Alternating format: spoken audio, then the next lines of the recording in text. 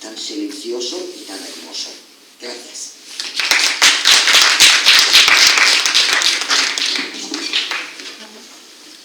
Muchísimas gracias Mercedes, muchísimas gracias a la Sociedad Española de Antropología por invitarme un año más a compartir con vosotros pues parte del legado que a mí me han transmitido precisamente esas personas que a día de hoy ya no pueden transmitirnos, por desgracia, ningún mensaje.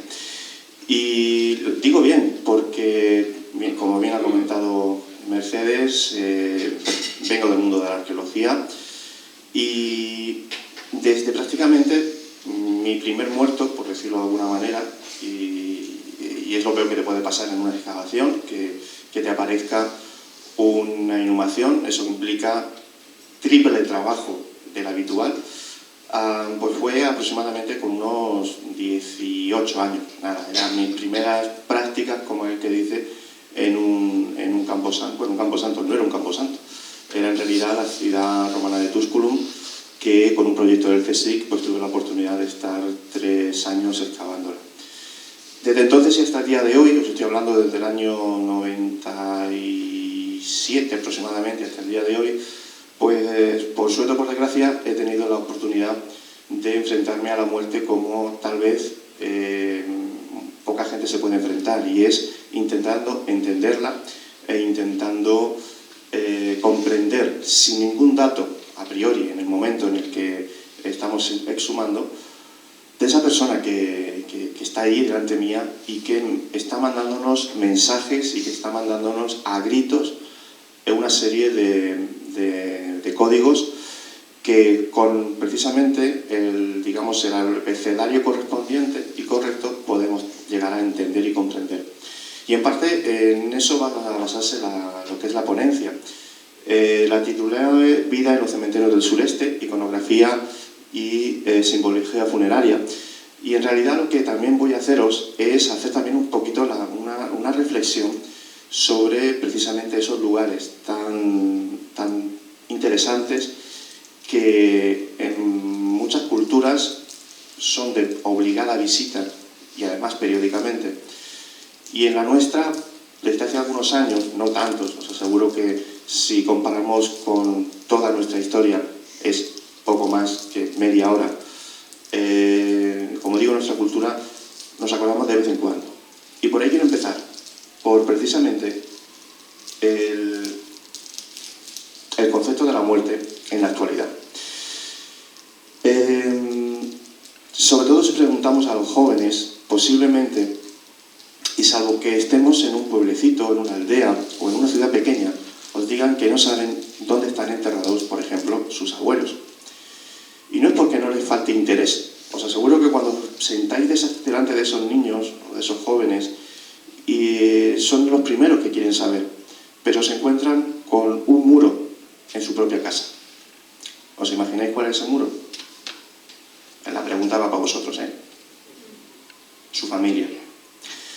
La muerte no se debe de tocar, la muerte es algo que tenemos que obviar, la muerte es algo que cuanto menos se sepa mucho mejor, y ya tendrás tiempo de limpiar las lápidas, de enfrentarte a tu primera experiencia, que normalmente es en un tanatorio, y sin hacer el paso previo, que además nos sirve de refuerzo para enfrentarnos y tener las herramientas adecuadas para ese momento que obviamente, como sabéis, no es para nada agradable, siempre y cuando lo veamos desde esta perspectiva.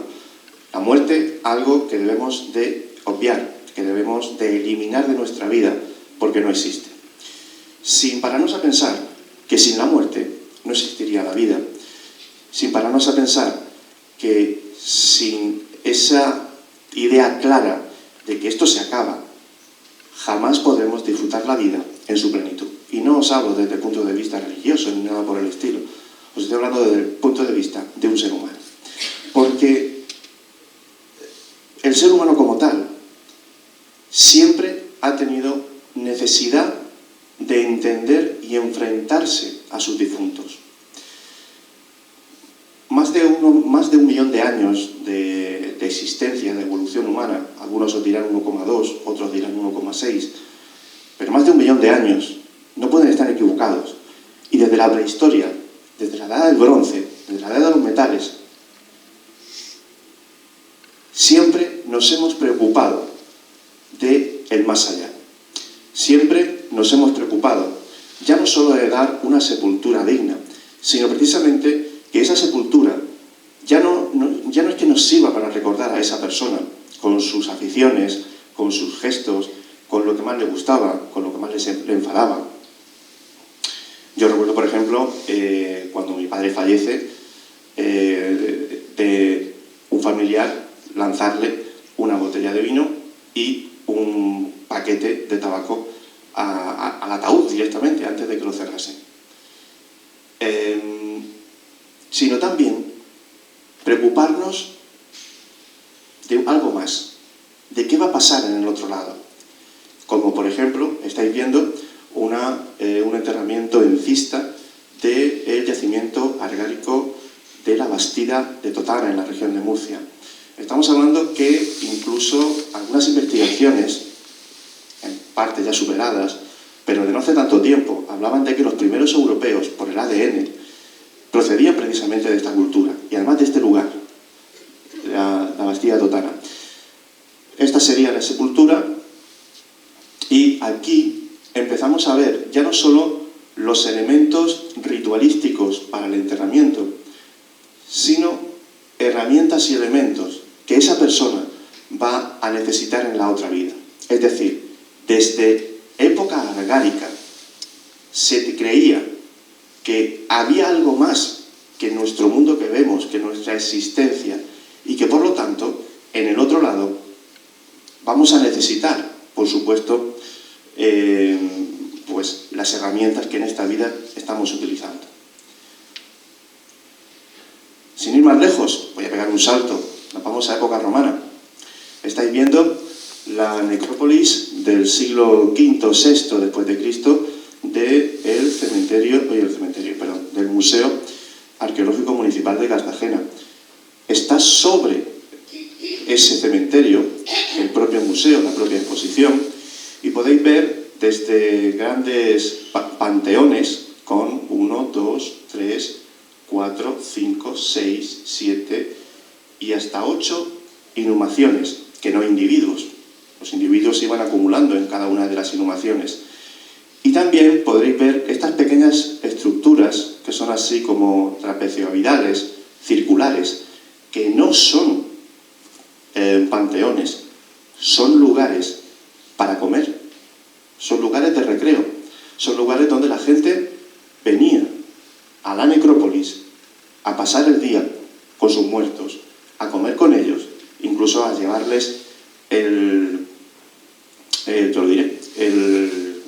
la comida, desde el plato hasta la propia comida, para comerlos justo lo más cerca posible de su panteón. Esta, que más o menos estaría en esta zona, esta sepultura es una sepultura adulta. Y fijaros lo que pasa. Si pasa. Ya me pasa. Tengo el dedo muy largo.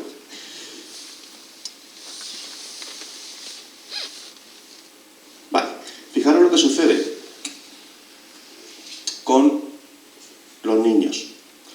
En todas las culturas, absolutamente en todas las culturas, los pequeños, los que no han llegado a una edad adulta, en cada cultura esa edad adulta difiere, ¿vale? Pero los que no han llegado a esa edad adulta, los vamos a ver enterrados de una manera también muy especial.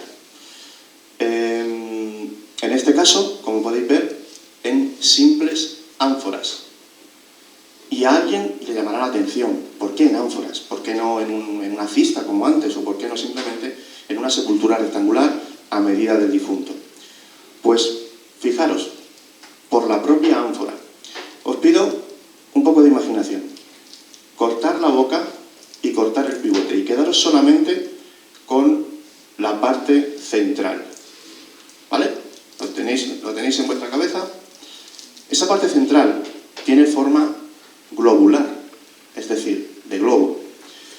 Y eso es algo muy interesante, que ya en época clásica se dieran cuenta de ese pequeño detalle.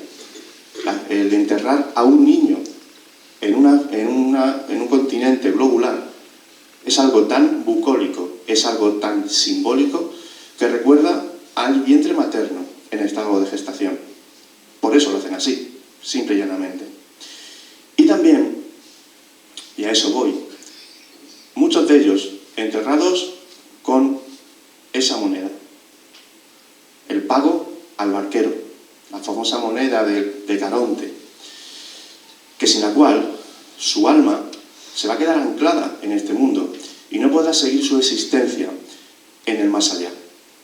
Esta creencia, lo que nos está diciendo a las claras, es que para esta cultura hay vida más allá de nuestra existencia, hay vida más allá de la muerte, y para que precisamente esa vida se haga efectiva, esa moneda es la clave para atravesar la laguna Estigia, y para algo muy interesante, para que cuando llegues a la otra orilla de la laguna Estigia, alguien te recoja, alguien cuanto menos que vas a conocer.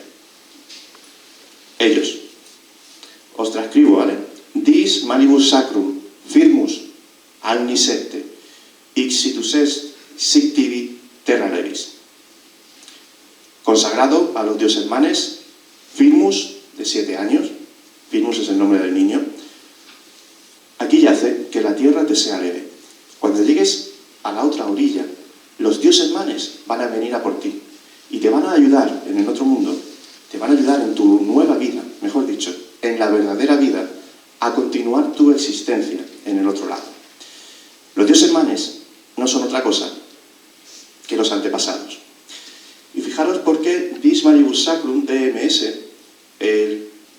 la castellanización, por decirlo de alguna manera, de esa fórmula, es D-O-M, Dom, Deo Optimo Máximo. Y no tiene nada que ver una cosa con la otra, salvo que, en este caso, esperas que Dios te recoja en el otro lado. Pero los dioses manes no es Dios, es una divinidad menor en la cultura clásica, por la cual vamos a entenderla muy rápidamente. Esos dioses manes son los antepasados de la familia, es decir, el abuelo, el padre, o el tío, o el primo, o el hermano que ya está en el otro lado. Os llamará muchísimo la atención y os dirán que posiblemente estemos hablando de fallos en el cerebro o cosas así, pero hay miles, y cuando digo miles son miles, en números, de casos en donde las personas en sus últimas horas de vida, en sus últimos días de vida, empiezan ya no solo a distinguir, sino a intercalar conversaciones con familiares ya fallecidos. Esos son los dioses manes de época clásica. Ya los romanos tenían alguna noticia sobre estos encuentros. Seguimos. Me voy a época islámica. Estamos en una sepultura, un cementerio del siglo XIII, es la ciudad de Murcia, muy cerquita de lo que hoy es el Corte Inglés, el antiguo Galerías Preciados de Gran Vía, y volvemos a encontrar otro rito funerario diferente, en donde todos los cadáveres apuntan a la Meca, el rito normal y habitual del enterramiento funerario islámico. Volvemos a coger la misma idea. No es casual de que todas las culturas coincidan en esa creencia de la otra vida. Pero antes de pasar a veniros conmigo a esos cementerios que esta tarde, noche quiero trasladaros, quiero dejar muy claro las diferencias entre necrópolis, cementerios y camposantos. ¿Las sabéis? Más o menos. Una necrópolis, literalmente, viene del griego y es una ciudad de muertos. Los muertos están allí y no pueden salir. Por eso, tú estás obligado, al menos una vez a la semana, a ir a la necrópolis, a estar un rato con tus difuntos. De lo contrario, estos, en el otro lado, se van a olvidar de quiénes son y es posible que vuelvan a este mundo para intentar reconocerse, para reclamar, entre comillas, lo que pueda ser suyo. Eso los antiguos romanos los llamaban dioses penates. Hoy, la transcripción directamente o la traducción directa sería almas en pena. Necrópolis, ciudad de muertos. Cementerios, también viene del griego, la palabra kaimeterion, y significa simplemente dormitorio o lugar de descanso. ¿Cuántas veces no nos hemos referenciado o referido a una tumba cuando hablamos literalmente que ahí ya están descansando? Cementerio, lugar de descanso. Y camposantos son cristianos, única y exclusivamente. Para que exista un camposanto tiene que haber una ermita, una parroquia, un convento, un monasterio, en definitiva, un lugar consagrado en torno al cual la gente se entierre para estar más cerca de esa divinidad protectora, sea un santo, sea la Virgen María, sea el mismo Jesucristo, a quien esté abocado esa ermita o ese convento. Eso es un problema, porque lo que va a llevar a eso es que las ciudades van a estar repletas de campos santos, sobre todo en época medieval y moderna, y hasta bien entrado el siglo XVIII, en donde esos cuerpos en descomposición, miles de cuerpos en descomposición a lo largo de toda la historia de diferentes ciudades, van a generar un caldo de cultivo, van a generar un aire totalmente irrespirable, por el cual enfermedades y pandemias, aunque sean muy pequeñitas, se van a descontrolar. En definitiva, y esta es la idea que quiero trasladaros, no todos los cementerios son campos santos, pero sí todos los campos santos son cementerios.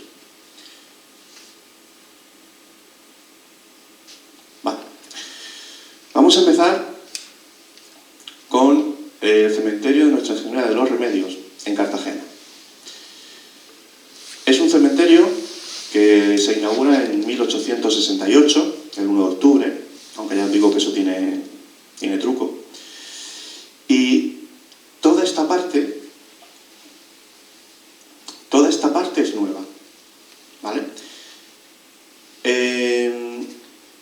Sobre 1774, 1779, más o menos, Carlos III va a crear una cédula por la cual va a prohibir el enterramiento de personas dentro de las murallas de la ciudad, en esos camposantos que antes os comentaba, precisamente porque provocaban miles y de decenas de muertos. En este caso, Cartagena tiene que buscarse como dos zonas. Una va a ser lo que hoy es el cementerio de San Antón, muy próximo a lo que hoy es la Universidad Católica, y otro, el que os presento, el cementerio de los Remedios. El arquitecto que lo realiza, el que estaba trabajando en ese momento del ayuntamiento, en 1860, cuando se le encarga el proyecto, es Carlos Mancha. Y Carlos Mancha se va digamos, al pasado más importante, al pasado más clásico de la ciudad, para imitar una ciudad romana. En base a dos grandes calles, esta de aquí y esta de aquí, eso sería el Cardo y el Decumano en una ciudad romana. El Cardo, que atravesaría de norte a sur, y el Decumano de este a oeste.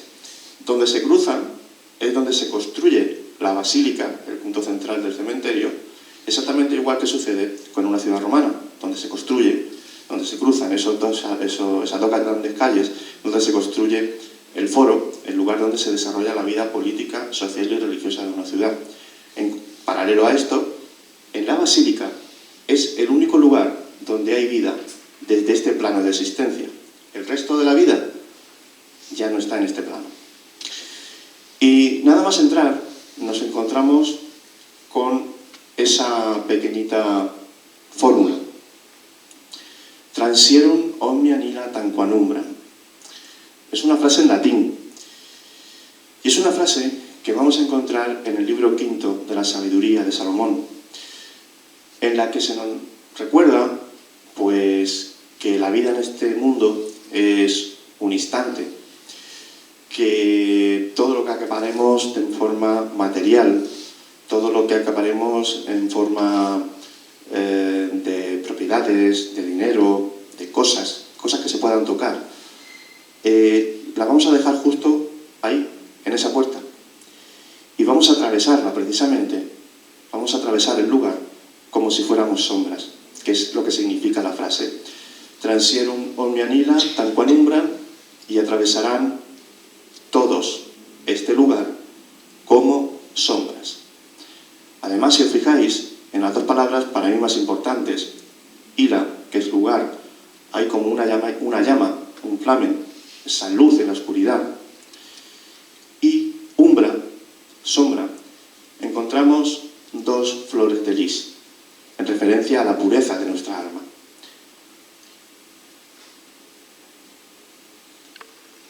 Vale. En contraposición, os hablaré de estos dos cementerios, necesitaríamos un día entero para todo. En contraposición nos encontramos con el cementerio de nuestro Padre Jesús en Espinardo, en Murcia.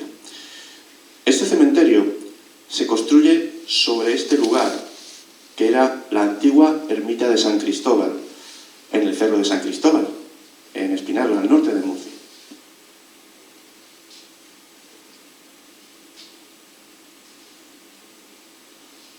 Vale. ¿Por qué os comento esto? Porque la ubicación de los cementerios es clave. Y no es porque sí. En un cementerio no hay nada puesto porque sí. Si en el de Los Remedios, ahora comentaré una cosita muy interesante sobre su ubicación, el de Murcia cuanto menos es más que llamativo. Fijaos. Murcia, más o menos su plano antiguo iría por toda esta zona. Hacia el este tendríamos el cementerio de las Puertas de Orihuela, hacia el oeste el cementerio de las Puertas de Castilla, y cuando en 1883 se deciden inaugurar el cementerio de Murcia, aunque tiene 3 fundaciones el mismo cementerio, por diferentes vicisitudes, lo primero que piensan es, vale, tenemos uno al este, otro al norte, pues nos vamos al sur. Pero en el sur, en el número 4 que aquí os he puesto, hay algo que para los murcianos es clave: el santuario de la Virgen de la Fuensanta. Si tú colocas un cementerio en esta parte, muy posiblemente, por el temor a los muertos, la gente dejaría de visitar el santuario de la Virgen. Así que deciden irse hacia el norte. ¿Hacia dónde? Pues hacia la parte, entre comillas, consagrada, que era la ermita de San Cristóbal, en el Cerro de San Cristóbal, en donde hoy se encuentra el cementerio de nuestro Padre Jesús. Diréis, vale, ¿y qué especial tiene eso?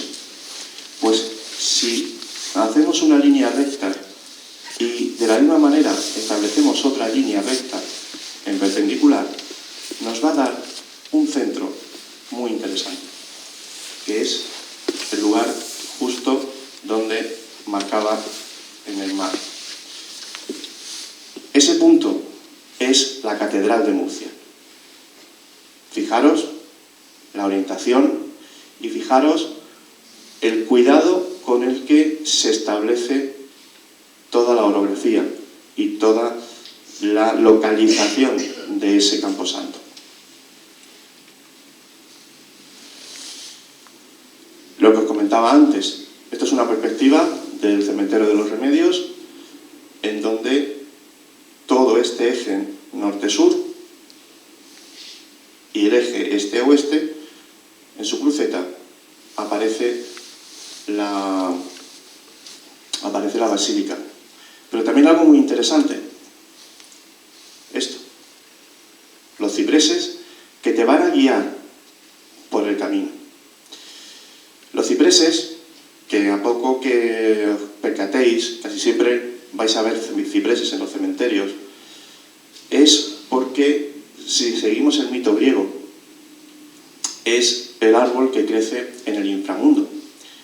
Es el árbol que subsiste a las altas e inhumanas condiciones del propio inframundo.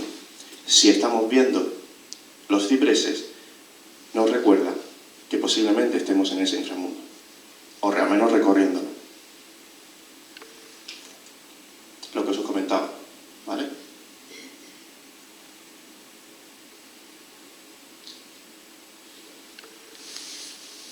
¿Se ha pasado uno? ¿Se ha pasado más? Vale. Si antes os hablaba de los niños en época clásica, cómo tienen que ser eminentemente cuidados, ese cuidado lo tenemos en todos los momentos de nuestra historia, incluido este.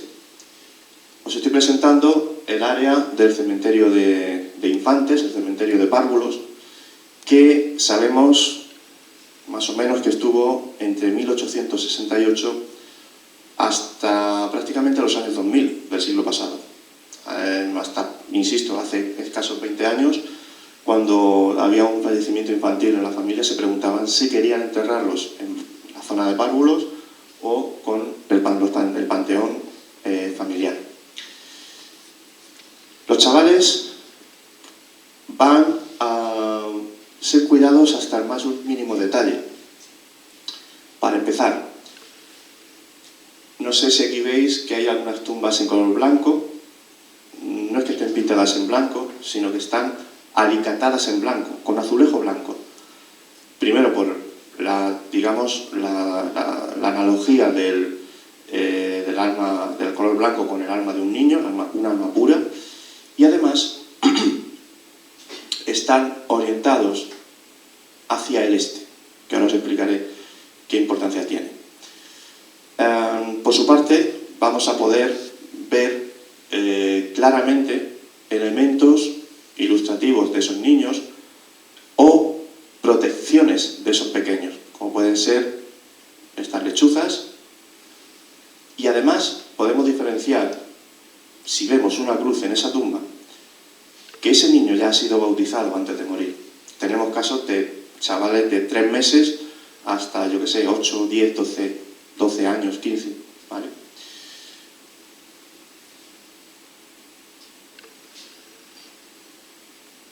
Vale, bien, vale.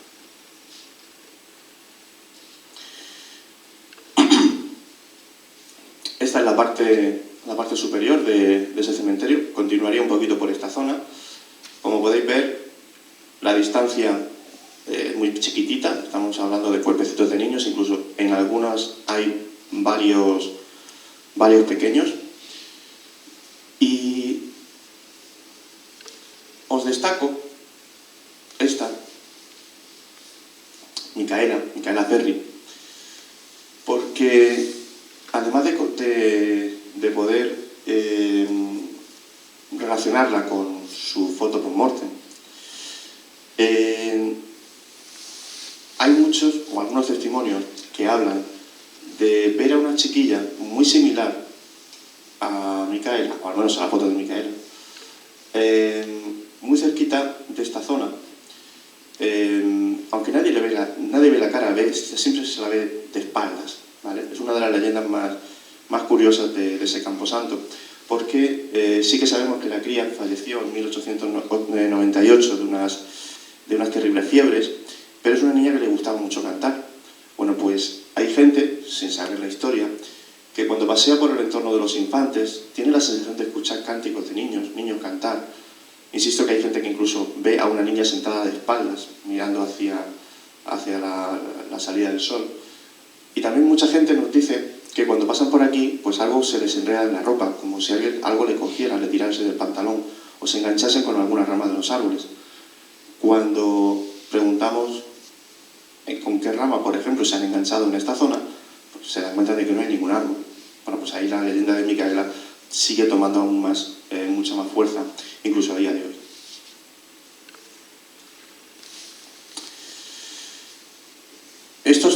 tres ángeles son, cuanto menos, bastante interesantes. Porque así puestos por separado, aparte de su propia fisionomía, nos llaman mucho más la atención. Pero si lo vemos en el cementerio, nos damos cuenta de que están formando un triángulo. Este estaría en esta, por más o menos en esta zona, este en esta y este en esta. Se le relaciona con ángeles protectores, con ángeles para proteger el entorno. Además sabemos que ese lugar del cementerio, orientado un poquito al este, es el lugar donde las primeras familias de la Junta Municipal del cementerio se enterraban.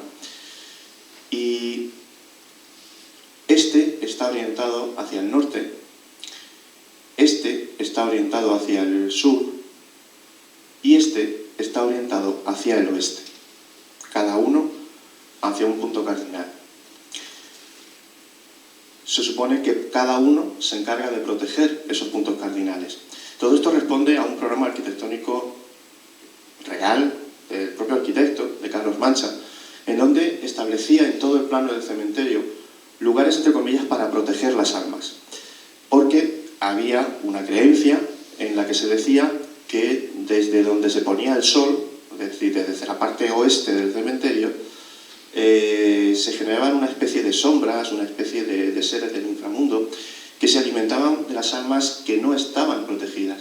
Entonces, digamos que estos tres se encargaban de proteger ese lugar.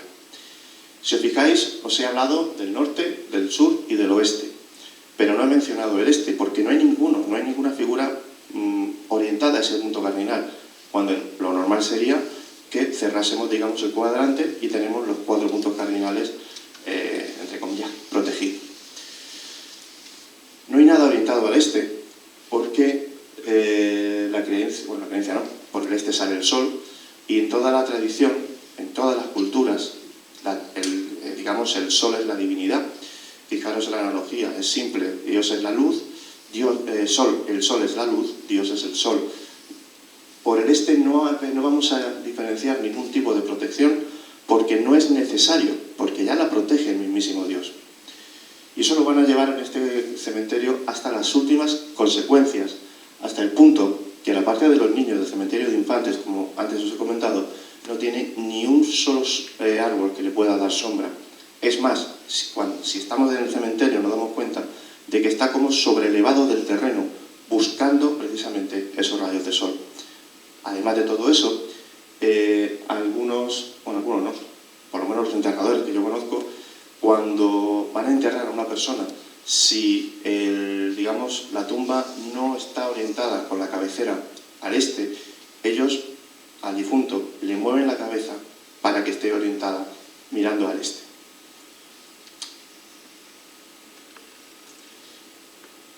Este panteón también es muy interesante.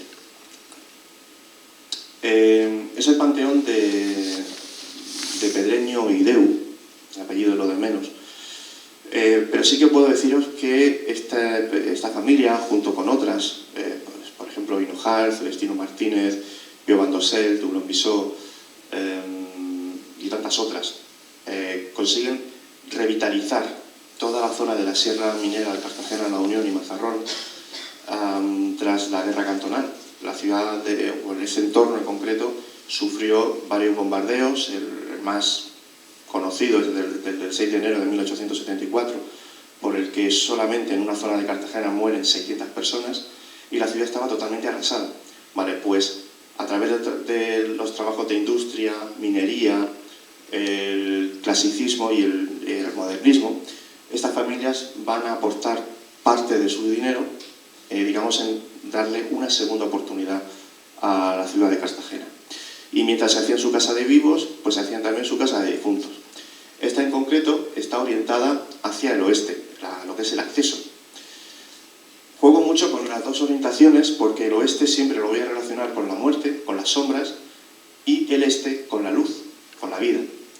Y aquí es el ejemplo más claro que puedo poner, porque la puerta está orientada al este y todo lo que vamos a ver aquí representado, es decir, todo lo que está orientado hacia donde se pone el sol, digamos que podemos relacionarlo con la vida, con nuestra vida o con la muerte. es decir, con lo que caduca, con lo que nuestra vida desaparece. Si os fijáis, estas 3 esculturas forman un triángulo, protección. Si os fijáis, este enrejado, que en la fotografía no se aprecia, pero si estáis delante, de una altísima calidad, y además su composición química es una aleación de hierro y níquel pero vamos, casi al 80-90%. Muchos investigadores, muchos incluso teóricos del arte llegan a relacionarlo con ese famoso hierro meteórico, con el que se hacían figuritas para ahuyentar a los malos espíritus. De hecho, de esa tradición os sonará eso de que el hierro ahuyenta a los malos espíritus. Y las figuras de por sí son también interesantes, fijaros. Esta de aquí, bueno, voy a ver si puedo, que las tengo un poquito más.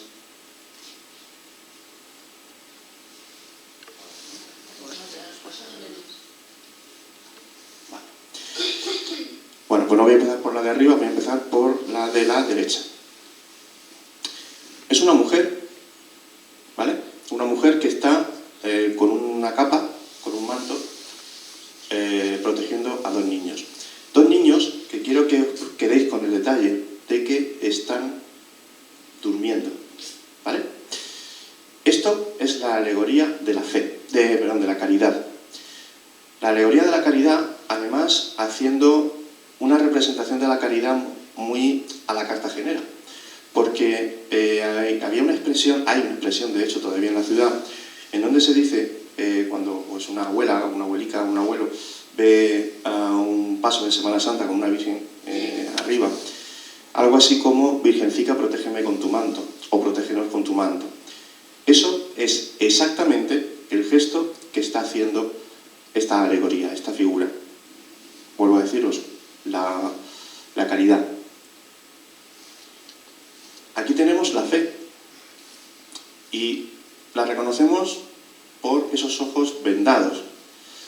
Y fijaros, el cáliz en su mano izquierda, que es muy extraño. Normalmente la fe se representa con el cáliz en la mano derecha.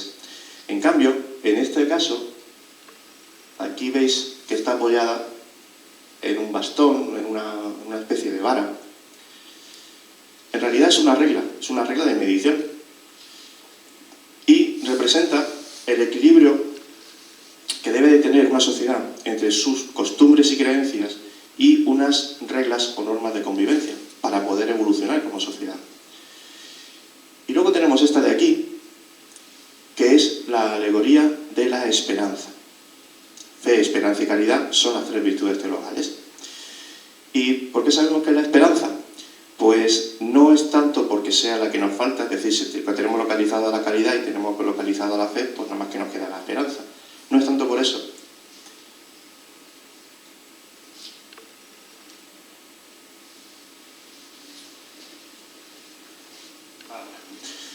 Sino por esto que tiene aquí, donde también se está apoyando. Esto no es un bastón. Sé que en la fotografía se ve regular, pero es un ancla. El ancla es, digamos, el objeto que representa la esperanza en el mundo cristiano. Bueno, cristiano, y en el clásico también. Recordad que es el instrumento con el que Caronte frena su barca y te permite continuar tu vida en la otra vida. Si no hay ancla, la barca no frena, Caronte no te deja salir de la barca. Por lo tanto, desde época clásica, el ancla como tal se relaciona precisamente con la esperanza en tu vida, en la otra vida, en el otro lado. En un contexto cristiano como el que estamos viendo, es la esperanza en la salvación de las almas. Da la casualidad de que tanto el propietario de este panteón como el arquitecto que lo diseña eran de una cofradía pasionera de la ciudad, cuyo nombre, pues su título sería algo así como Pontificia Real Ilustre Cofradía de Nuestro Padre Jesús, en el doloroso paso del prendimiento, y esperanza en la salvación de las almas. Es una clara referencia, además, a su propia cofradía. ¿Ves? Aquí Aquí sí que creo que se ve un poquito mejor lo que es el ancla.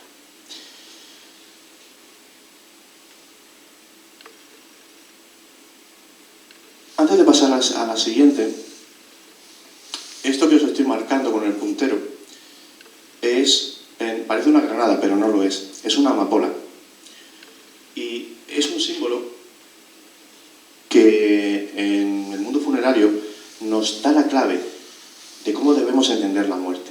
Es el más importante, es el símbolo más importante que os puedo detallar y que os puedo hablar esta tarde.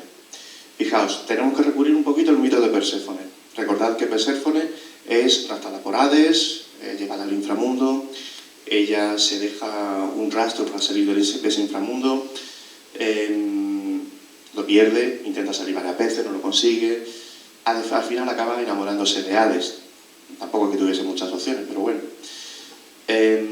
La cuestión es que gracias a esa relación, gracias a ese amor, pacta con Hades estar 6 meses en la tierra y 6 meses en el inframundo. Hades acepta, pasa 6 meses en el inframundo y regresa a la tierra. Cuando te pasa los 6 meses en la tierra y tiene que regresar al inframundo, sucede algo. Y es que toma y come una amapola que le da un profundo sueño tan grande que se pasa 6 meses durmiendo. Los 6 meses que le tocaban pasar en el inframundo. Cuando vuelve a abrir los ojos, de nuevo está en la tierra, de nuevo está en una nueva vida. Obviamente el mito lo que nos habla es de los meses de luz con los meses de oscuridad. Pero vuelvo a insistiros, en un contexto funerario, lo que sucede no es otra cosa que esto. El recuerdo de que la muerte no es el final de nuestra vida, es un sueño del que despertaremos, un sueño, como están estos dos, del que despertaremos en una nueva existencia. Voy a ir un poquito deprisa, pero sí que quiero marcaros una serie de elementos. Por ejemplo, la propia estructura del propio panteón. Insisto, orientado al este, todo lo que está de aquí hacia acá representa elementos que caducan, que mueren, y todo lo que está de aquí para acá, orientado hacia el este, hacia la luz, representa la vida. No la vida en este mundo, sino la vida en general. Si veis la figura, y por eso lo he puesto con esta perspectiva, nos recuerda mucho a un templo grecorromano, típico panteón de Agripa, aunque en realidad este panteón es de 1875 y está inspirado creo que es en el templo de Apo, en París, pero vamos. Lo que quiero llamaros la atención es que en la parte que está orientada al este,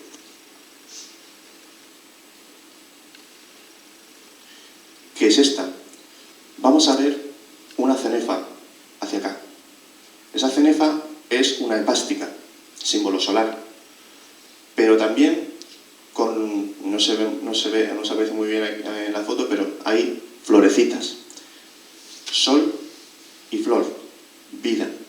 Representa exactamente el momento en el que venimos a este mundo, el momento en el que abrimos los ojos, el momento en el que comenzamos nuestra existencia en esta parte de la vida. O lo que es lo mismo, en el momento en el que se nos da a luz. Todo lo que hay hacia abajo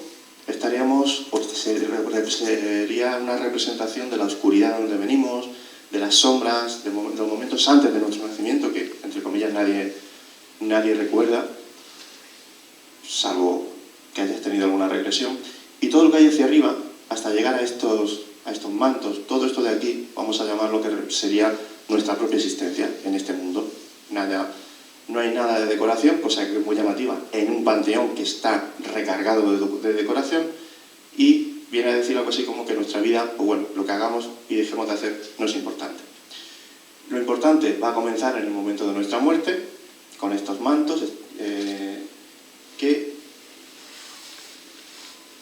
aquí lo veis mucho mejor. Por un lado va a ser la mortaja del difunto, Y por otro va a ser los mantos con los que se van a tapar espejos y relojes en las casas mortuorias. Relojes para detener el tiempo, en recuerdo y referencia, aquí tenéis relojes de arena, de que a esa persona ya se le ha acabado el tiempo, y espejos para evitar un miedo que se tenía en aquella época, finales del 19 y principios del 20, por el cual se creía que nuestro reflejo podía arrebatarnos nuestra alma y llevarla al otro mundo. Por otro lado, en estas pequeñitas cenefas vemos serpientes simbolizando la sanación. Nunca, al menos en este cementerio, una serpiente va a simbolizar lo malo, el mal, ¿vale? Y por otro lado también flores de lis, en clara referencia a la pureza de nuestra alma. Es decir, básicamente se nos dice que cuando moramos, primero se nos va a acabar el tiempo en este mundo, vamos a ser sanados y vamos a ser purificados. También hay otras interpretaciones que hablan de que todo esto, además está repetido en serie, reloj de arena, serpiente, flor de lis, tiene que ver con la masonería. Hasta día de hoy todavía la familia Pedreño, aunque sí que hay indicios, pero no se tiene claro que perteneciese a alguna logia.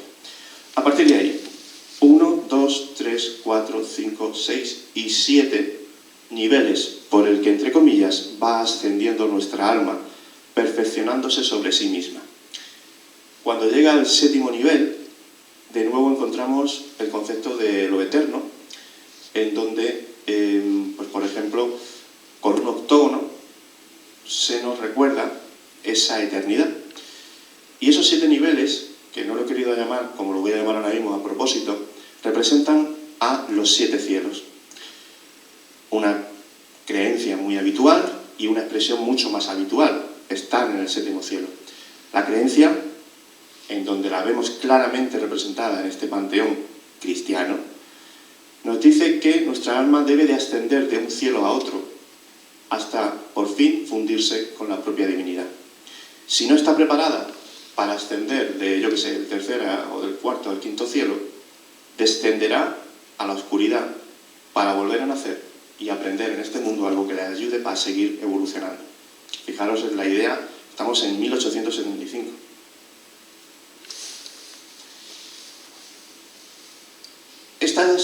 Estas dos tumbas son muy llamativas porque no es la primera vez que vemos a niños reflejados en ellas. Literalmente son los protagonistas de sus sepulturas. Los mismos niños, los mismos fallecidos, van a formar parte de la propia escultura. Los tallistas, los marmoristas, los escultores, tomaban como modelo a los cadáveres de los pequeños.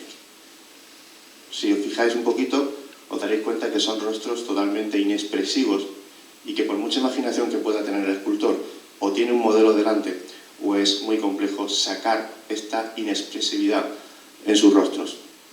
Además, que están sacadas de las fotos post-mortem, tanto de Juan Muñoz como de la pequeña Estrella. Otro ejemplo. En este caso, es una niña en forma de ángel, la estrella de David, simbolizando no la luz en la oscuridad, no esa estrella que te va a guiar, ni mucho menos, sino, primero, que la familia era judía. No la he traído, pero a los pies de la escultura hay una inscripción en hebreo que viene a decir algo así como que Yahvé te proteja, más o menos. Y la estrella de David, obviamente, en referencia a la cultura judía y sobre todo a la verdadera vida a la que te vas a enfrentar, a la que ya estarás allí. Esto Mercedes lo conoce muy bien, porque si me descuido, pide un deseo. Y no es un pozo de deseos, sino es un pozo de almas. ¿Te acuerdas, Mercedes, si cuando fuimos había alguna ofrenda? ¿Recuerdas? Había, ¿verdad? Sí. Estáis viendo aquí un par de claveles. Es un pozo donde la tradición, y la verdad es que esto me llena de satisfacción, porque ves que la gente va manteniendo una serie de tradiciones vivas sin que nadie se lo diga. esto que voy a contar es algo transmitido de padres a hijos, de generación en generación. Y en este lugar es el lugar en donde se debía de rezar a las ánimas benditas, siempre y cuando tuvieses un problema del que tú no tienes manera de solucionar, ¿vale? Aquí se decía que tú venías para acá y golpeabas 3 veces, digamos, para hacer la llamada, y una pequeña oración. Ánimas benditas, puras y bellas, por la pena que tenéis, por las gracias que esperáis, concededme lo que os pido. Dices lo que necesitas, dices lo que vas a dar a cambio, y otros 3 golpes para cerrar ese canal. Bien, esta ofrenda que estáis viendo, que hay días que hay ofrendas, hay otros días que no hay absolutamente nada, meses enteros que no hay absolutamente nada, pero de repente pues hay una época en donde, y no porque sea una época en especial, sino simplemente porque encuentras flores, juguetes, caramelos, peluches, cualquier cosa, hasta fotos, hasta un poema, cualquier cosa, aquí. Eso es la clave para entender que esa tradición al 2024 sigue más viva que nunca. Pero, bueno, ahora comento la otra foto. Pero, como bien sabéis, para sacar un alma del purgatorio, según la tradición, hay muchas más maneras. Por ejemplo, allí en mi tierra se dice que cuando 2 personas dicen una palabra a la vez, sacan un alma del purgatorio. O cuando te bautizas el día de tu santo, que obviamente eso no depende de ti, sino más bien de tus padres, cosas, y esta tradición también para sacar esas almas de ese impasse. Ahí. Lopa.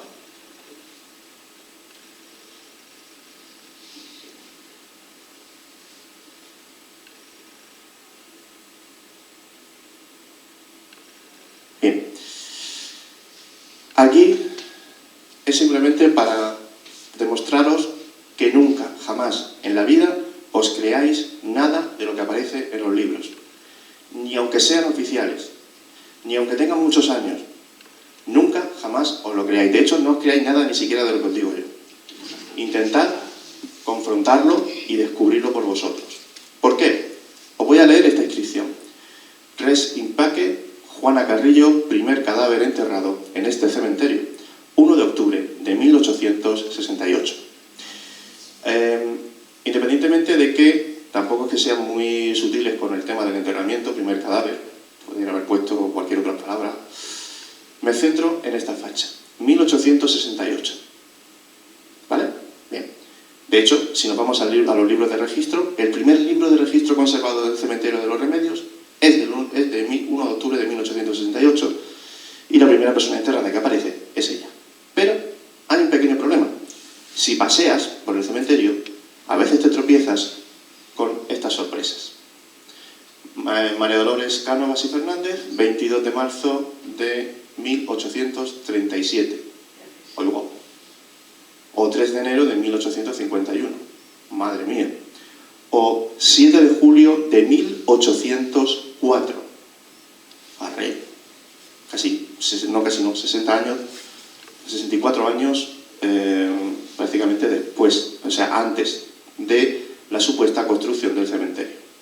Bueno, el 14 de febrero de 1872, morís el día de los enamorados, vaya tela, pero no coincide con la época, ¿vale? Pero estos 3 no, y como esos 3 hay muchísimos ejemplos más. ¿Qué es lo que sucede? Pues que ese lugar, que hoy es el Cementerio de los Remedios, se llevaba, al menos que sepamos, desde 1774, y digo que sepamos porque es la última, digamos, la tumba más antigua que hemos encontrado, como lugar de enterramiento, por muchísimas leyendas que hay relacionadas con el entorno. Pero, sin orden y sin medida. Cuando se le da a Carlos Mansa, digamos, la opción de poder hacer algo sobre el terreno, lo que hace él es reorganizar el territorio, por eso lo hace como una ciudad romana, porque sobre esas 2 grandes vías establece el plano ortogonal con diferentes manzanas, diferentes ínsulas, y de esa manera puedes sistematizar y organizar geográficamente hablando, topográficamente hablando, cualquier tumba, ¿vale? Y entonces la pregunta que se nos viene es, Pues si Carlos Mancha sabía que había tumbas anteriores a su época, ¿por qué narices ponen aquí 1 de octubre de 1868? Y el problema viene en esta palabra. Cementerio. Ellos mismos confunden el concepto de cementerio.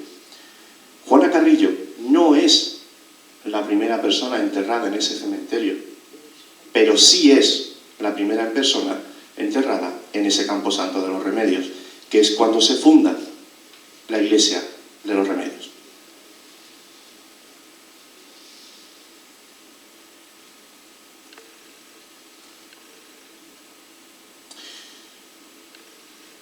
Esta es una historia que cada vez que tengo la oportunidad de hablar de este cementerio, siempre hago este pequeño homenaje. Estáis ante la y digo famosa porque si vais a Cartagena y preguntáis por la tumba de la bailarina, os van a decir dónde está. Cualquier persona que supere los 40 años de vida. Los de abajo, no, porque o no se lo han contado o simplemente no lo saben. Estamos ante una niña que fallece de forma trágica junto con otras 11 personas en las veladas marítimas de Cartagena. Eso es el año 1972. Y eran una especie de desfiles de barcos con formas gigantescas, pues en forma a lo mejor, yo que sé, de un elefante, en forma de una trireme romana, en forma de una hidra, de una serpiente. Y en este caso, el barco que ella llevaba era una máquina de vapor de 3 alturas. La primera vez que se hacía algo tan grande en las veladas marítimas de Cartagena, pero precisamente por esa innovación, pues parece que el barco colapsó y cayó en mitad de la noche. Las veladas se hacían a partir de las 11 de la noche y esto sucedió el 25 de julio de 1972 a las 11:30 de la noche. Insisto, fallecieron 12 personas, entre las cuales está Caridad Meseguer, que su familia le hace esa tumba porque ella quería ser bailarina. Y si alguna vez tenéis la oportunidad de estar delante de la tumba, no vais a ver ni fecha, ni epitafio, ni absolutamente ningún dato que nos ayude a identificar a esa niña. Solamente a ella bailando, que es lo que quería ser. Pero el propio panteón es muy interesante, porque toda esta estructura, más o menos iría por esta zona, lo que delimita lo que es el panteón es mármol blanco, que va a ser lo que os va a llamar la atención de primera. Ella de mármol blanco, por supuesto Cristo por encima de ella, simbolizando esa pureza de la niña. Mármol negro, que es donde está, digamos, su cuerpecito, mármol negro simbolizando la oscuridad de la noche, la profundidad de las aguas que le quitan y arrebata la vida, y todo eso, donde ella está sentada, donde está parada, está hecho de alabastro egipcio.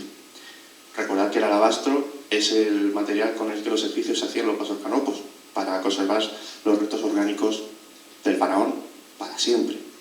Bueno, pues los restos orgánicos de Caridad Meseguer están sobre ese pedestal de alabastro, para ser recordada y conservada también para siempre.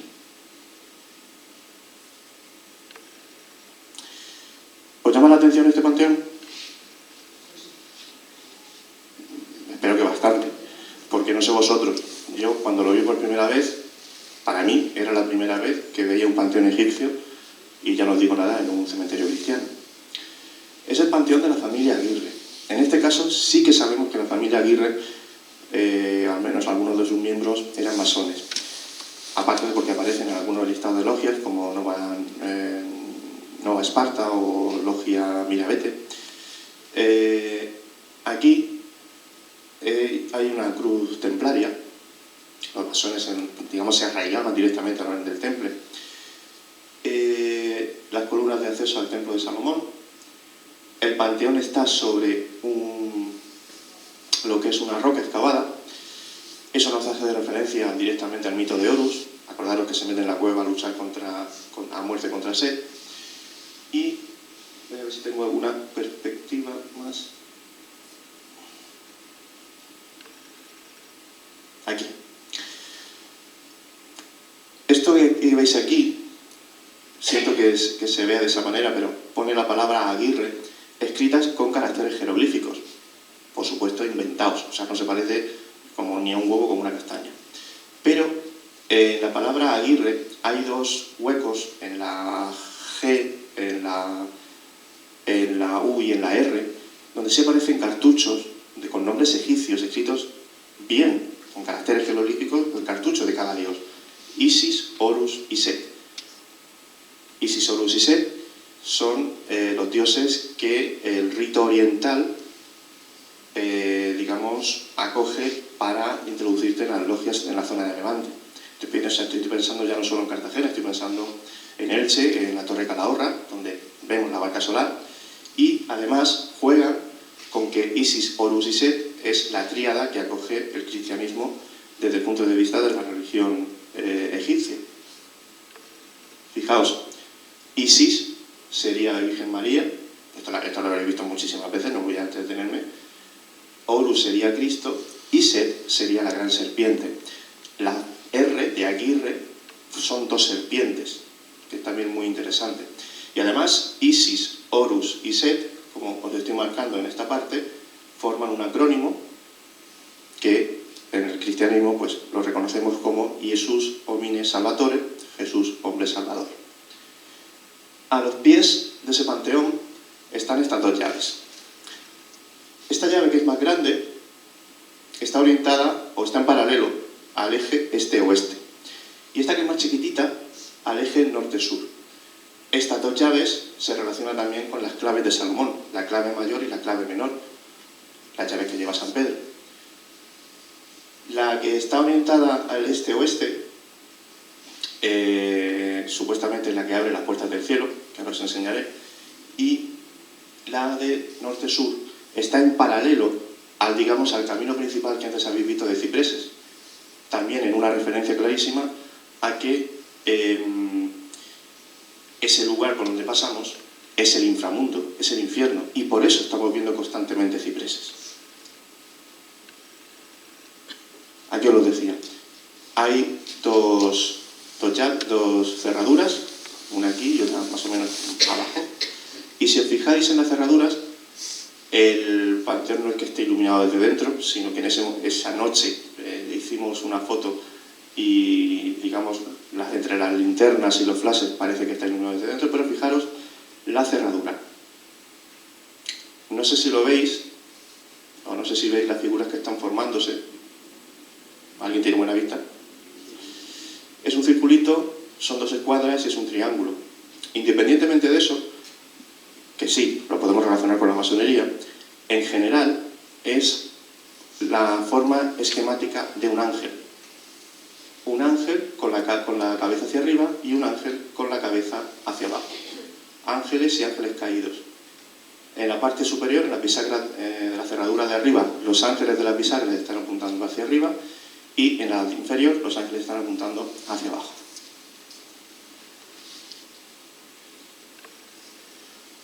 Otro panteón egipcio, en este caso de Celestino Martínez. Aquí vemos lo que es el emblema de Horus, solo que con una cruz griega, y os llamo la atención por estos dos elementos.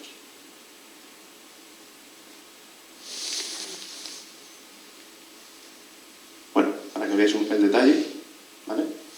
Quitar esto, poner un óvulo y ya tenéis lo que es el símbolo de Horus. Y estas figuras me centro, además que están orientadas a los 4 puntos cardinales, me centro en esta figurita. Esta figurita es la diosa Cobra, la diosa Yapet, que en el mito egipcio, entre otras cosas, se dice que protege todo lo que ve. Y justo esta de aquí, que está orientada hacia el norte, está, entre comillas, protegiendo todo el eje norte-sur, por donde se transita en ese recuerdo que os comentaba antes del inframundo. Es decir, protege el propio inframundo. Y este es el tercer templo egipcio de la familia Hinojal. No lo he dicho antes, Aguirre llegó a ser alcalde en Cartagena, Celestino Martínez fue marino mercante, y Hinojal tuvieron un comercio relacionado con extraperlo, tabacos y cosas así.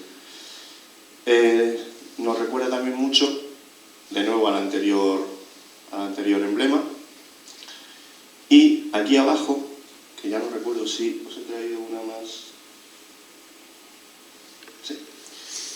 El detalle de estos frisos son abejas. Otro templo masón. En este caso las abejas en relación a cómo se entendía la sociedad, al menos con la masonería allí en la ciudad, en Cartagena. Como si fuese una gran colmena. Si influenciamos en un trocito, poquito a poco iremos influenciando en toda la sociedad, basándose en esa teoría de los 6 grados. Si le hacemos algo malo a alguien de nuestra sociedad, pues toda la sociedad se verá afectada.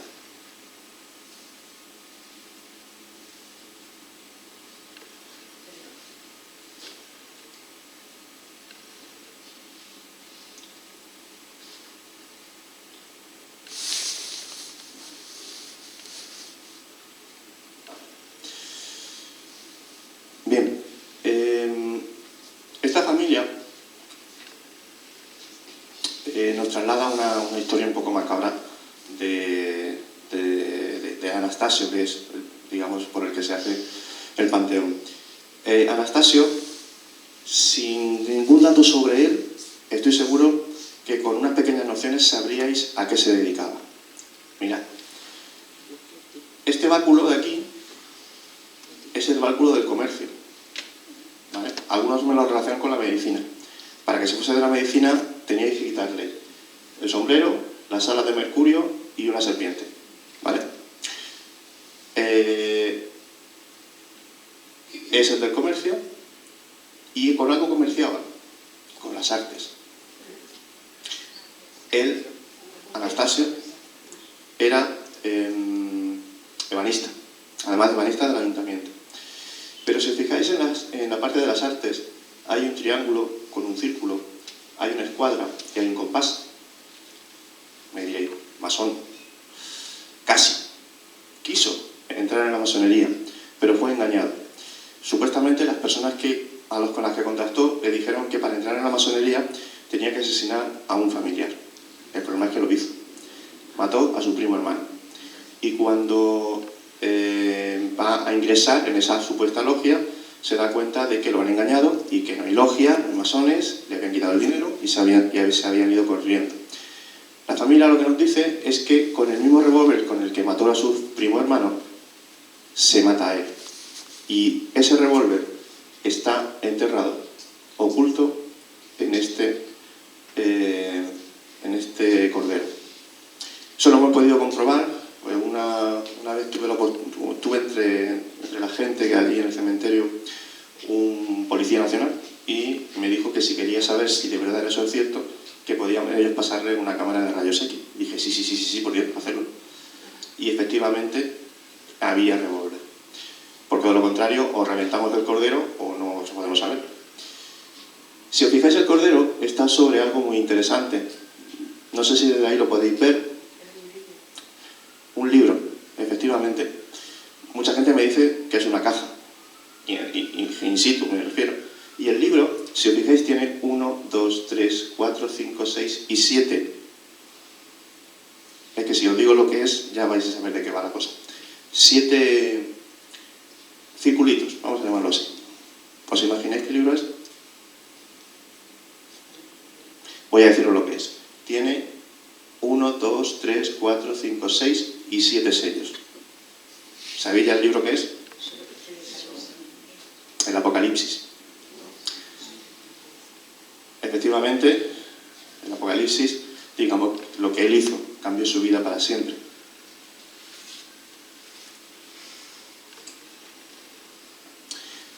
Esta catedral de inspiración gótica, vamos a llamarlo así, este panteón, es un panteón, no es la iglesia, no es otra iglesia en el cementerio. Es del arquitecto Ronaldi, italiano, que, pues, atraído por el modernismo de la ciudad, pues ya se quedó en la ciudad. Y en cada uno de las pivotantes, de cada una de las capillas que hay en estos remaches, hay hay un símbolo diferente relacionado con la vida. Vemos el pavo real, símbolo de la resurrección, vemos la serpiente enroscada en forma de 8, símbolo de la sanación eterna, vemos la palma, símbolo del martirio, vemos infinidad y además no se repite ninguno. Pero para mí también una de las cosas más llamativas son estas, las gárgolas. En algunos panteones es habitual ver gárgolas como este, pero en este sabemos que son para decantar agua. Literalmente hacen lo que significa una gárgola, gárgaras, porque son atravesados por una tubería. Pero en el anterior sabemos que no hay ninguna tubería que los conecte. Por desgracia ya se nos han caído varias y no hay ninguna tubería y están macizas. ¿Qué es lo que vengo a decir? Pues que esotéricamente hablando, las gárgolas cumplen la función por la que se construyen, proteger el interior del panteón de lo que pueda venir desde fuera. Es cierto que ese panteón se ubica en la zona oeste del cementerio. Este otro, y os he marcado esta parte porque en cada una de estas pequeñas metopas, si diésemos la vuelta, hay diferentes símbolos. Los que están orientados norte-sur pues son relacionables con lo que sucede cuando nos morimos, es decir, cuando nuestra vida en este plano desaparece. Pues por un lado aparece el tempus fugit, por otro lado aparece una lechuza como símbolo de la justicia, nada más justo que la muerte. Por otro lado aparece la corona de flores, símbolo de la vida eterna. Os recuerdo que por eso lo ponemos en el tanatorio. Círculo eterno, flor, vida. Y lo que está orientado hacia el oeste son símbolos relacionados con la muerte. La calavera con alas de murciélago y la secadora de almas, símbolo de la extinción de la vida. O, por ejemplo, la polilla, símbolo de la caducidad de la vida. Es decir, hacia el oeste, muerte. Y hacia el este, que es la foto, hacia donde está orientado, son elementos relacionables con la vida. La serpiente bebiendo del agua de la vida eterna y una doble antorcha invertida y cruzada, apuntando hacia abajo. Básicamente, lo que nos dice es que nos prohíbe el paso. Acordaros que cualquier elemento cruzado nos va a prohibir el paso. Siempre pongo este ejemplo. La Guardia Suiza nos va a cruzar las lanzas en el Vaticano si queremos entrar en una zona restringida, ¿vale? Pero, es decir, nos prohíben pasar, pero en cambio nos muestran el camino, el inframundo. Y os he dicho que es un símbolo de vida. Vale, pues fijaos, no nos dejan pasar, nos prohíben el paso por algo tan simple como que estamos vivos. No hay símbolo que simbolice más la vida que aquel que te recuerda que sigues vivo.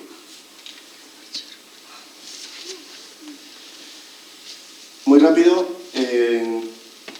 os he traído esta, más que nada, por, de nuevo, esa secadora de almas, pero ojo, no sé si lo veis aquí, relacionado con la Virgen María, que es muy raro. El anagrama de la Virgen está caído, pero está aquí, y tiene dos calaveras pequeñitas a ambos lados. Es muy raro, de las poquitas veces que yo he visto la muerte relacionada con la Virgen María. Y esto de aquí,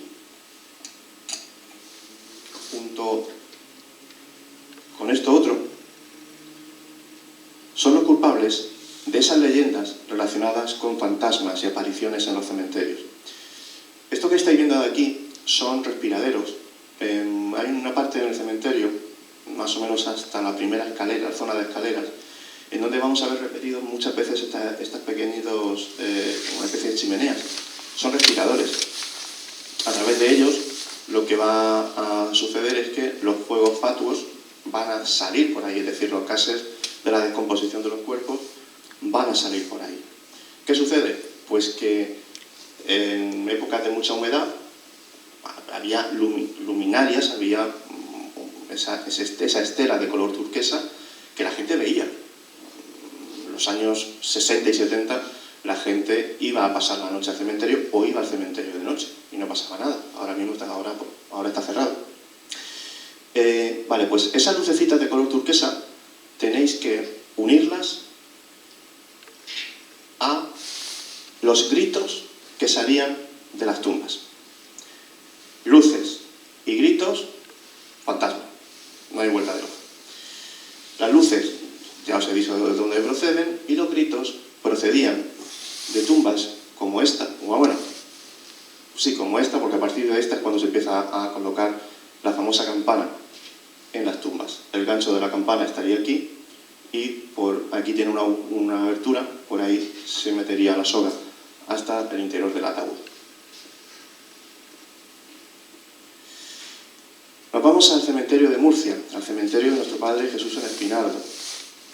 Aquí simplemente hablaros de esa simbología relacionable con el sueño de la muerte. Los lirios, las amapolas, las adormideras que antes os comentaba.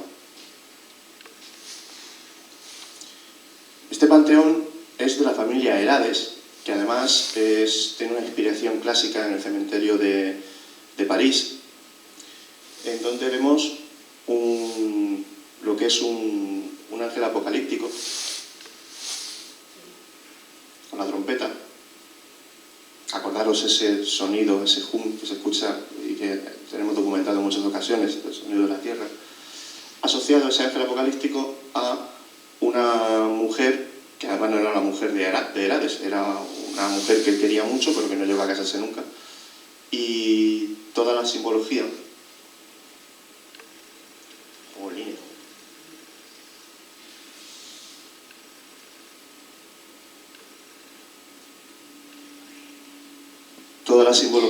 está relacionada también con lirios y ese sueño, que os comentaba antes, ese concepto de sueño, que es vital para entender la muerte.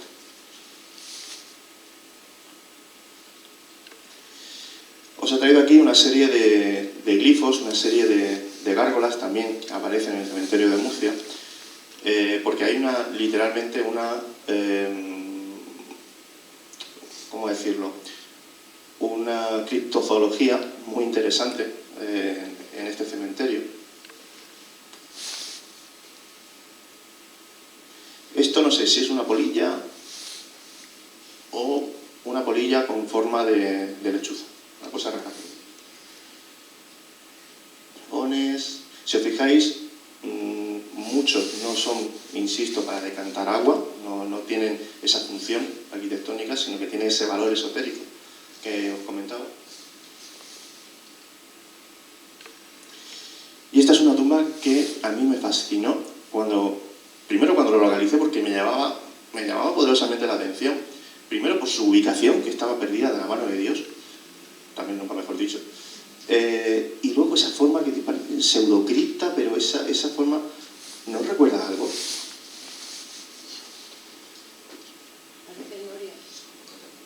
Sí, pero son catacumbas, de hecho, lo último que le dio tiempo a este hombre a construir, se murió antes, pero tiene, a ver si así lo voy a ver. ¿No suena algo? Que además mi amigo Nacho Vares le gusta mucho. Pirámide. Iba a decir el colega. Este hombre se quería enterrar en una pirámide. De hecho, ahí tenéis la planta de la pirámide y el piramidón está orientado a esta estrella, a la estrella de Draco, de la Osa Menor. Y la estrella de Draco representa la serpiente de 1000 cabezas que protege el árbol del paraíso. Un verdadero disparate, pero... ¿Puedes recordar? Sí. ¿Desde el principio? ¿Más? Sí. ¿Más? Una. ¿Ahí? Sí. Vale. Este cementerio está orientado norte-sur igualmente. Estaríamos en el este, precisamente. Y ya te digo que cuanto menos es bastante interesante. Cuando te enteras de quién es el propietario de ese panteón, pues vas cogiendo un poco más forma toda esta locura. Os presento a Carlos Francelius, ruso. Nació en San Petersburgo, pero de muy chiquitito fue trasladado a la región de Murcia. De hecho, él se crió como un crío de la huerta y además desarrolló su vida como profesor dentista. Fijaros, porque era de los buenos. Dice que pone todos los dientes, desde un diente hasta los dentados completos, y hace todo tipo de operaciones correspondientes a su arte. Cuando te decían eso en su placa, en su anuncio, era uno de los dentistas más buenos que había en Murcia. No todo el mundo te podía quitar todos los dientes o podía enfrentarse a cualquier tipo de diente. Este hombre, con ese oficio, lo que hace es ganar cantidades ingentes de dinero. Y va a ser, lo tenéis aquí, el que va a comprar la Sierra Minera de Mazarrón. Y es el que va a sufragar edificios de caridad, edificios, por ejemplo, de servicios como bomberos, como Cruz Roja, en el entorno de Mazarrón. Y además lo tenemos relacionado con varias logias, tanto en Cartagena como en La Unión, por ejemplo, Logia Caridad, y también con la logia Ecos de Ultratumba de La Unión. Obviamente esta foto no es de la logia de Ecos de Ultratumba, para ilustración. Ecos de Ultratumba van a intentar investigar y dilucidar qué es eso que sucedía en las mesas parlantes, que ya desde 1848 pues habían tenido noticias, y sobre todo desde 1868, a través del capitán Lagier, que es el que introduce el espiritismo en esta zona, en esa época, en Elche.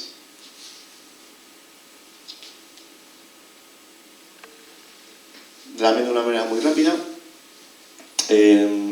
este es el panteón de Rogelio Manresa, y os lo pongo simplemente como curiosidad, porque es el que introduce el tendido eléctrico en la región de Murcia, y las tres virtudes teologales están aquí representadas, de nuevo formando un triángulo, pero en este caso, por ejemplo, la fe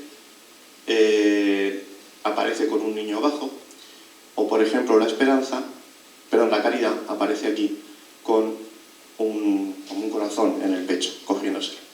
Nada que ver con la caridad que antes veíamos en el de Cartagena.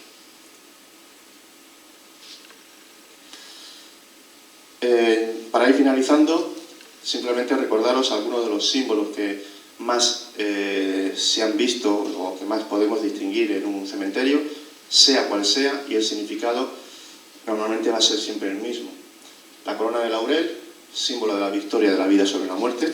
La corona de laurel, acordaros que es lo que se le pone a los olímpicos cuando ganan una prueba. Y la corona de espinas, la que idealizamos en algunos pasos de Semana Santa, tiene ese tipo, es una corona de espinas tipo laurel, no es el casco de espino que debería ser representado. La serpiente como símbolo de sanación, la flor de lis como símbolo de pureza, de nobleza, el reloj de arena como la detención del tiempo físico a esa persona, el reloj de arena alado, que no representa digamos, esa detención del tiempo físico, sino la gran mentira del ser humano, es decir, el tiempo lineal en el que estás preso y que corre y que no se detiene y que de ti depende aprovechar. El ánfora, símbolo del agua de la resurrección, la lechuza, símbolo de la justicia, el alfa y el omega, principio y fin. El murciélago, símbolo de la nocturnidad y símbolo de la caducidad, de la extinción de la vida. No lo relacionemos con el vampirismo ni mucho menos. La vid, el vino o las hojas de parra, cualquiera de las tres simboliza lo mismo, la resurrección y la sangre derramada del inocente. Y la mariposa como símbolo de la evolución del alma. Si la masonería coge la mariposa como la evolución del ser humano, en un contexto funerario, la evolución del alma.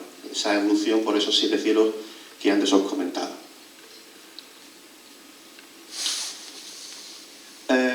Aquí sería, en el cementerio de nuestro Padre Jesús, el lugar donde la gente reza las ánimas benditas. Aquí sí que es muy habitual ver ofrendas. Y entonces os decía 3 maneras de sacar las ánimas benditas del purgatorio. Bueno, pues aquí tenéis una cuarta a través de la cofradía de los Auroros, que cada vez quedan menos, al menos allí en la región de Murcia, y en donde con su farol y su toque de campana iban las semanas de difuntos, Navidad, Semana Santa, a pedir a las casas, cuando tú les dabas algo, te cantaban una serie de piezas para que las almas de tu familia salgan cuanto antes de ese impasse temporal.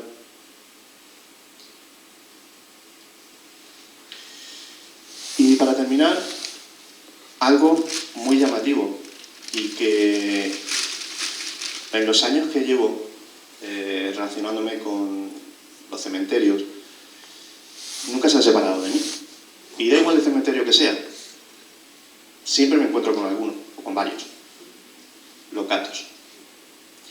Los gatos como protectores, los gatos como entidades que podemos relacionar entre ambos mundos, si no estoy siendo exagerado.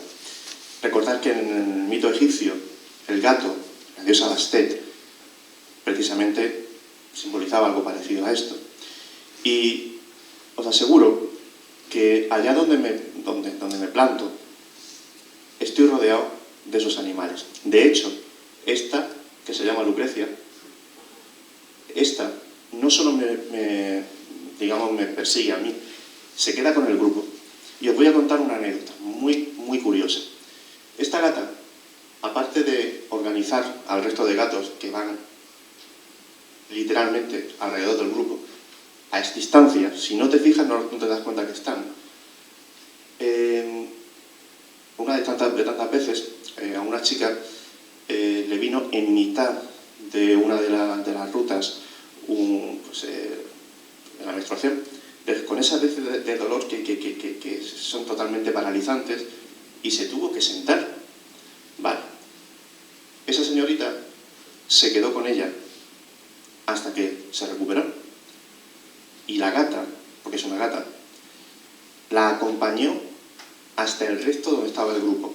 Y ya el grupo, os aseguro que no estábamos a una distancia que ella nos podía ver. De hecho, habíamos girado. No me preguntéis por qué, pero estos animalillos son muy especiales. Y en ese entorno, mucho más. Además, cuando ha habido algún enterramiento reciente, que notas que el ambiente está denso, están particularmente activos. Y sin más, agradeciendo vuestra atención, si queréis, aquí tenéis mis redes, Santi García Misterio, tampoco me complica mucho la cabeza para ponerme el nombre, tanto en Instagram como Facebook, pues me tenéis a vuestra disposición. Y por supuesto ahora mismo, si queréis alguna pregunta, encantado de responderla, si puedo. Muchísimas gracias.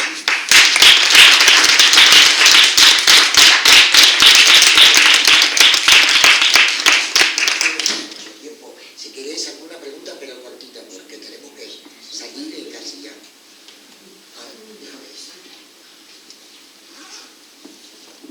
A ver, yo...